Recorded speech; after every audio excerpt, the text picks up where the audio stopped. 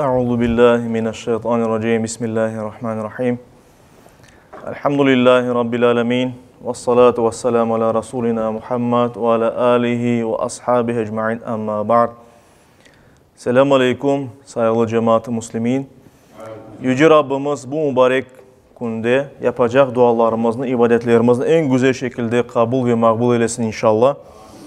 Biz ise akaid mevzularını devam etemiz ve bugün ahiretke iman meselesi hakkında birkaç söz aytacakmız inşallah. En evvela ahiret ne olganı hakkında birkaç söz aytmak gerek. Ahiret sözü bu Arapça bir sözdür. Çünkü bizim dini terminlerimizin birçoğusu Arap dilinden kelgendir bizge. Bu sözün manası Arap dilinde son ya da sonraki, sonradan olgan ya da son kun manasına gelir. Sonra olacak bir şeyini anlata. Dinimiz boyunca ahiret aytılganda şu yaşaganımız dünyadan sonra gelecek ebedi hayat manasına gelir. Ahiret degenimizde ölümden sonra olacak ebedi hayat manasında kullanıla.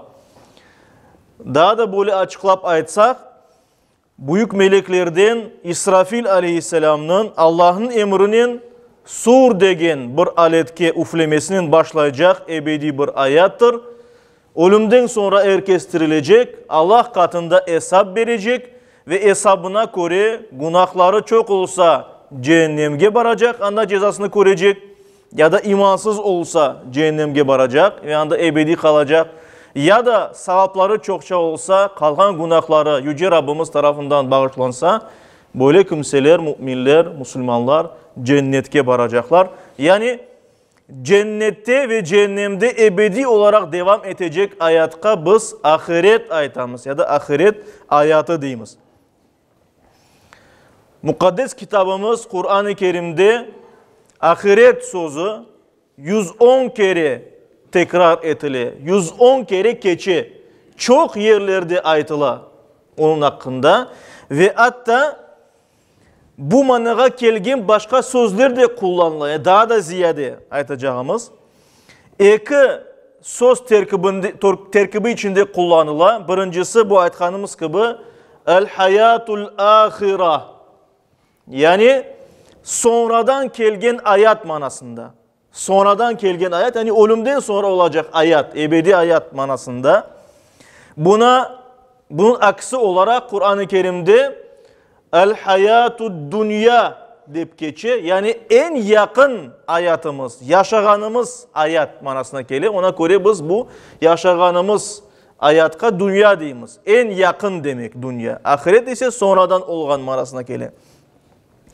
İkinci terkip el yevmul ahir deyip geçiyor Kur'an-ı Kerim'de. Yani sonki kun manasında. Sonki kun, sonradan gelecek kun ya da belki böyle tercüme etsek daha doğru olur. Sonradan gelecek kun degenimizde bu kıyamet kunu kast etile. Yani insanların dirileceği ve Allah'a hesap cevap vereceği kunge biz şu şekilde el yevmul ahir deyip aytamız. Zaten Kur'an-ı Kerim'de bu kıyamet kununa ya da ahiret kununa başka sözler de aytıla. Mesela aytkanımız gibi yevmul kıyame, kıyamet kunu insanların dirileceği kun. Yevmul ba'th, insanların gene de dirileceği bir kundur. Yani yevmul kıyame daha ziyade insanların mezarlarından, kabirlerinden turacağı kun manasında. Yevmul ba'th ise insanların dirileceği, yanıdan dirileceği kun manasında. Yevmuddin deyip aytıla bu kunge. Yani ceza ve mükafat verilgen, hesap verilgen. Her şeyin hesabı koyulgen bir kun. Yevmul hisab, aynı manada hesap verilgen kun. Yevmut talak, kavuşma kunudur. Çünkü her bir insan yapacağına kavuşacak ve Allah'la konuşacak. Allah herkesle laf edip onun hesabını soracak. Ve yevmul hasra, hasretlik ve peşmanlık konu da deyip bildirilir. Demek ki ahiret en evvela ölümden sonra olacak hayatka deyip aytamız. Bundan da gayrı ahiret konu degenimizde işte ölümden sonra aman başlayacak insanların dirileceği bir sıra vakalarının olacağı, yani insanların ebedi kalacakları cennet ve cehennemge barmagandan evvel olacakları şeylerge bu vakitka biz ahiret kunu dep aytamız. Yani kıyamet kunu manasında. Yüce Rabbimiz Allahu Teala Kur'an-ı Kerim'de çok şeyler buyura evet ahiret yaşayışı ve ahiret kunu hakkında. Aytkanımız gibi çok yerlerde geçiyor Kur'an-ı Kerim'de. Mesela Mü'min suresinin 39. ayeti kerimesinde Allahu Teala Musa'ga iman etken bir kimsenin yani iman etken Musa peygamberinin davetine uyup iman etken ve Firavun ve adamlarına şu sözler aytkan bir adamın sözlerini getirirler. O yani iman etken adam Firavun'a ve adamlarına böyle aytkan idi. Ya kavmi, ey benim kavmim, ey halkım, innema hazihil hayatud dünya mata'un. Hiç şüphesiz bu yaşaganımız en yakın dünya hayatı. Bu geçici şeylerdir. Yani kolumuzda bugün var, yarın yok. Ve innal ahirete hiye darul karar.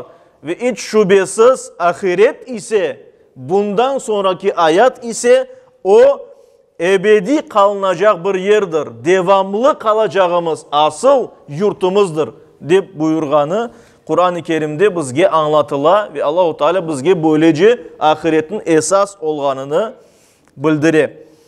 Bu ayet-i kerimege göre başka yüzden ziyade ayetke göre birçok hadislerge göre ahiretke ölümden sonrasına olacak şeylerge cennetke, cehennemge, ölümden sonra insan ebedi yaşayacağına inanmak bu iman esaslarından birisi. Yani Peygamberimiz hadislerde buyurulganı gibi iman nedir deyip sorulganda Peygamberimiz aytkan edi. Yani şu cümleden en tu'mina bil yevmil ahiri ve ahiret konu nedir? Ahiret hayatına da inanmak deyip buyurdu.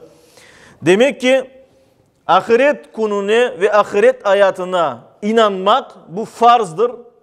Mümin kimsenin, Müslüman kimsenin boyun borcudur ve mümin olmakın şartıdır. Bir kimse inanmasa mümin, Müslüman olmaz. İnanmak mutlak gerek her bir insan, her bir Müslüman.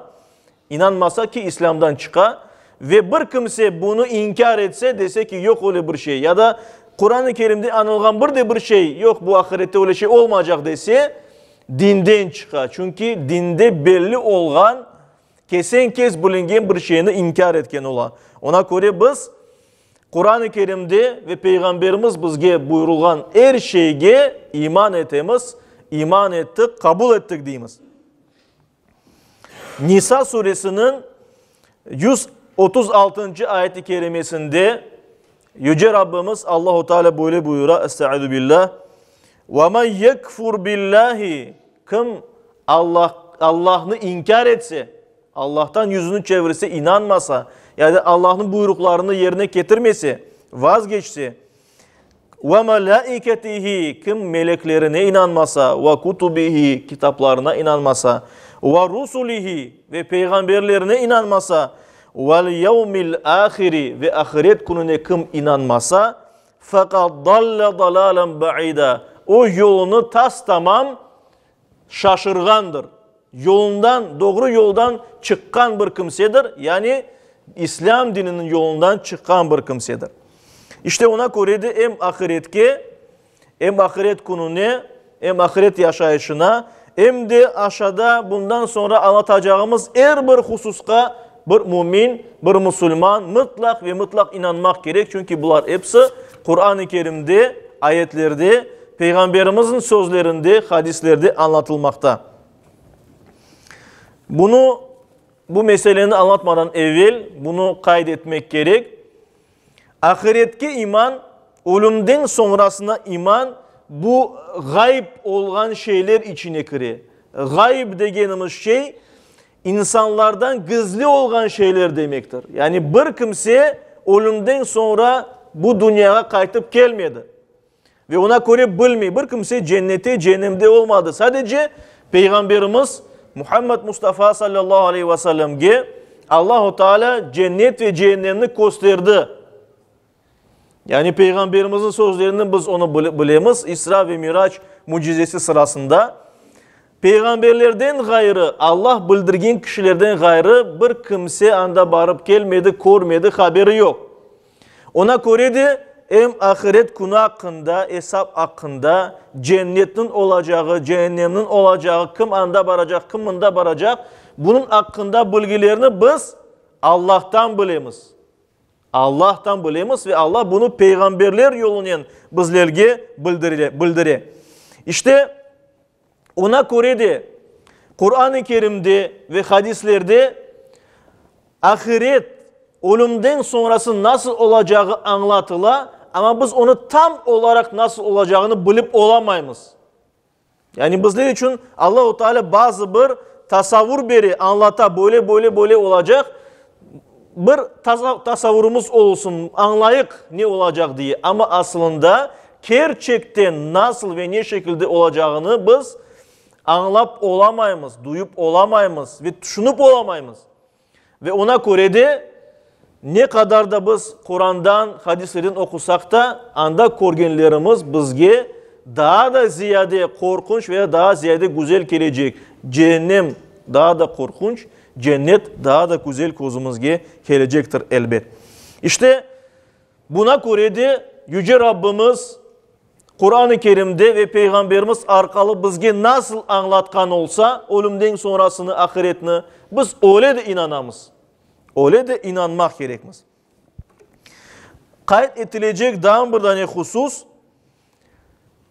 ahiret yaşayışı, ahiret hayatı ebedidir deyip geçe Kur'an-ı Kerim'de ve hadislerde. Yani onun sonu olmayacak, başı olacak, kıyamet ne başlayacak, ölümden sonra başlayacak ya da böyle ayet. Ama onun sonu olmayacak ve insan ebedi olarak ya cennette kalacak ve ebedi olarak ya cehennemde kalacak. Sonsuzluğa kadar, yani 1000 yıl değil, milyon yıl değil, milyar yıl değil, hesap edilecek kadar değil saygılı cemaat. Bu yaşayış ise belli bir vakitten ibarettir. Biz yaşaganımız dünya hayatı, imtihan hayatımız pek kıska, fani dediğimiz, geçici, tez geçi. Ve ona göre de Müslüman en evvela ahiret hayatına emniyet verir, ağırlık verir. Çünkü anda sonsuza kadar kalacak. Ona göre en büyük dikkat ona ayırmak gerek. Ve bunun hakkında mesela Kur'an-ı Kerim'de Yüce Rabbimiz A'la suresinin 16-17 ayet-i kerimelerinde böyle buyura. Bel tu'thirûnel hayâted dünya. Ey insanlar, siz bu dünya hayatını üstün koruyorsunuz. Yani sizler için en mühim bu dünya hayatında olan şeyler, kazançlarınız, nailiyetleriniz, muvaffakiyetleriniz vesaire. Ve devam etti Yüce Rabbimiz. Vel ahiretu hayru ve abqa. Ahiret yaşayışı ise daha da hayırlıdır ve kalıcıdır, sonsuzdur. Onun sonu yok. Ona göre elbette ona esas ağırlık verir bir Müslüman. Ve ballarını da, yakınlarını da ona göre terbiye etmeye, hazırlamaya tırışır. Ama elbette bu demek değil ki bu dünyada olan her şey unutulmak gerek.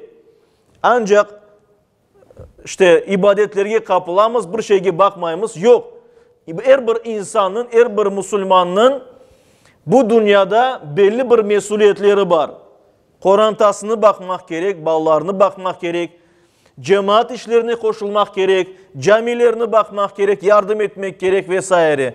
Ana babaya dikkat ayırmak, onlara yardım etmek gerek vesaire. Yani bunlar hepsi üstümüzde olan belli bir mesuliyetler ve onları yerine getirmek gerek. Ve yerine Allah için bunları yapsak, o da birer ibadettir. O da birer sevaptır elbet. Ona göre de Yüce Rabbimiz Kasas suresinin 77. ayet-i kerimesinde böyle buyura. Estaizu billah. وَابْتَغِ ف۪ي مَا أَتَاكَ اللّٰهُ الدَّارَ الْآخِرَةَ وَلَا تَنْسَ نَصِيبَكَ مِنَ الدُّنْيَا. Allah'ın sana bergenlerinin, bergen rızıkının, elal nimetlerinin kazanganların yani Allah sana bergen şeylerin ahiret yurtunu ara. Yani oradaki yerini hazırla.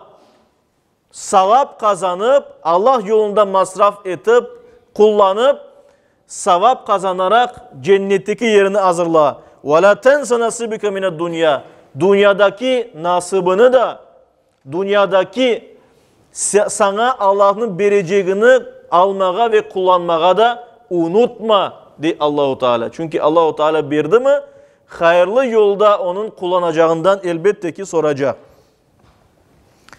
Kayıt edilecek bir ne husus var saygılı cemaat-i muslimin. Bizim dinimiz İslam dini Allah'ın koygan bir nizamıdır, kanunlarıdır. Allah koygan kanunlarıdır din ve onun maksadı alimlerimiz bildirgeni gibi bir insanı, bir Müslümanını iki dünyada çastlı etmek, saadetli, bahtlı etmek. Ona göre de kim din yolunu tutsa, Allah'ın emirlerini yerine getirmeye tırışsa, Allah'ın yasaklarından uzak olmaya tırışsa, o hem bu dünyada çastlı ve bahtlı olur, hem de gelecek ebedi yurtta, ahirette çastlı olmasına bir yol hazırlar özüne. Ona göre de buna gayret etmek gerek bir Müslüman çastlı olmak için. Bunun için sadece dinimizni yaşamaya tırışmak gerek. Bakara suresinin 201. ayet-i kerimesinde Allahu Teala böyle buyura, böyle anlata. وَمِنْهُمْ insanlardan böyle söyleri var ki مَنْ يَقُولُ öyle aytalar, öyle dua edeler. Rabbana atina fid dunya hasana. Rabbimiz bizge şu dünyada iyilikler nasip eyle. İyilik, güzellik nasip eyle. Ve fil ahireti hasana. Ve ahirette de bizge iyilikler, güzellikler nasip eyle. Ve qina azaban nar. Ve bizni cehennem azabından, ateşin azabından korçala. Ve hatırlayık saygılı cemaat, yaşaganımız dünya imtihan yeridir. Biz sınalamız bu dünyada. Yaşaganımız dünya ahiretinin tarlasıdır deyler alimlerimiz. Demek ki biz bu dünyada nelerini eksek, ahirette onlarını biçecekmiz. Güzel meyve tereklerini saçsak meyvelerinin semeresini ahirette alacakmız. Yani güzel işler becergenden son savabını öbür dünyada görecekmiz inşallah. Ona göre herkes bu fırsattan kullansın. Bu dünya kısa bir dünya. Ama bu kısa vakit içinde insan çok şeyler yapması mümkün. Ya da az şeyler yapması mümkün ahireti için. Ve bir insan elbette ki tırışmalı en ziyade savap kazanmağa, hayır işlemeye, hayırda birbirimizle yarışmak gerekmez. Ve buna misal olarak muttafakun aleyh olgan, yani Bukhari ve Müslim'de geçken bir hadis-i şerifini getirmek isteyeyim. Sahabilerden Adi bin Hatim et-Tai, Allah ona razı olsun, rivayet etti ki Peygamberimiz sallallahu aleyhi ve sellem böyle buyurdu.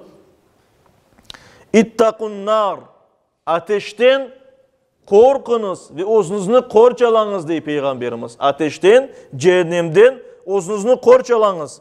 وَلَوْ بِشِقَّةِ تَمْرَةٍ yarım hurma tanesinin bile olsa özünüzü ateş azabından korçalanız. Yarım hurmanın nasıl özümüzü korçalarımız? Onu sadaka veririz. Bir kimseye sadaka olarak versek işte onun bile kurtulabiliriz. Ve hatta o kadar az görmeden sadakamız az olsa bile 10 kuruş olsa bile sadakamızı vereyik, yapayık, devamlı yapayık ki böylece özümüzü inşallah cehennem azabından korçalarımız ve cennetke yolumuzu açarımız. Peygamberimiz devam ete buyura. فَمَنْ لَمْ يَجِدْ شِقَّةَ تَمْرَةٍ kim yarım hurma tapmasa sadaka vermek için.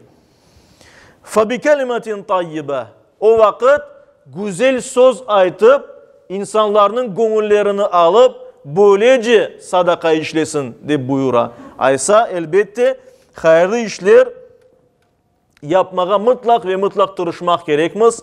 Ahiretke iman etmek gerekmez. Ahiretke iman bir kimse bir mümin elbette ve elbette Allah için hayırlı işler becermeye her daim devam eder ve başkalarını da buna teşvik eder. Yüce Rabbimiz her birimizge iman esaslarına inangan, Müslüman olarak yaşap, Müslüman olarak son nefesimizni bergen kullardan olmağa nasip eylesin. Amin.